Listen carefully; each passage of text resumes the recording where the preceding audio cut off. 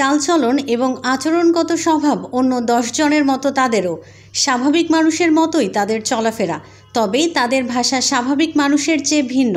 তারা কথা বলেন ইশারায়, কারণ তারা জন্মগতভাবে বাক ও শ্রবণ প্রতিবন্ধী। এই প্রতিবন্ধকতা নিয়ে বেড়ে ওঠা অন্যদের চেয়ে এই 5 জনের গল্পটা কিছুটা ব্যতিক্রম। তারা একে অপরের বন্ধু। এক একজনের বাড়ি এক এক জায়গায় হলেও বন্ধন বেশ পোক্ত। কোথাও বেড়াতে কিংবা ঘুরতে গেলে একত্রিত হন তারা। তাদের ভাষা অন্যরা তেমন না বুঝলেও নিজেরা ঠিকই বোঝেন। ছোটোখাটো বিষয়ে ঝগড়াতেও জড়ান তারা, হয় মান অভিমানও। তাদের এই বন্ধুত্ব উপভোগ করেন স্থানীয়রাও।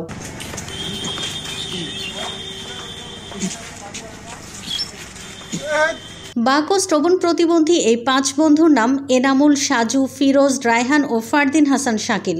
তারা প্রায় সমবয়সী। তাদের মধ্যে এনামুলের বাড়ি পঞ্চগড় সদর উপজেলার হাফিজাবাদ ইউনিয়নের ভোলাপাড়া গ্রামে। একই ইউনিয়নের দলুয়াপাড়ায় বাড়ি সাজুর। ফিরোজের বাড়িও একই ইউনিয়নের প্রধান পাড়ায়। অপরদিকে রায়হানের বাড়ি জেলা শহরের কামাতপাড়ায় এবং শাকিলের কায়েতপাড়ায়।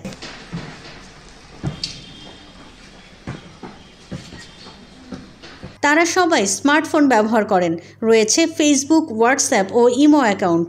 তাদের যোগাযোগের মাধ্যম এগুলোই। ভিডিও কলে কথা হয় তাদের। বিশেষ দিনগুলোতে সবাই একত্রিত হন। মাঝে মধ্যে তাদের টিমে যোগ হয় একই সমস্যার আরও 2-1 জন। তারা সবাই সরকারিভাবে প্রতিবন্ধী ভাতা পান। এছাড়া সবাই কাজ করে উপার্জন করেন। দিনভর কাজ করে তারা একত্রিত হন সন্ধ্যার পর।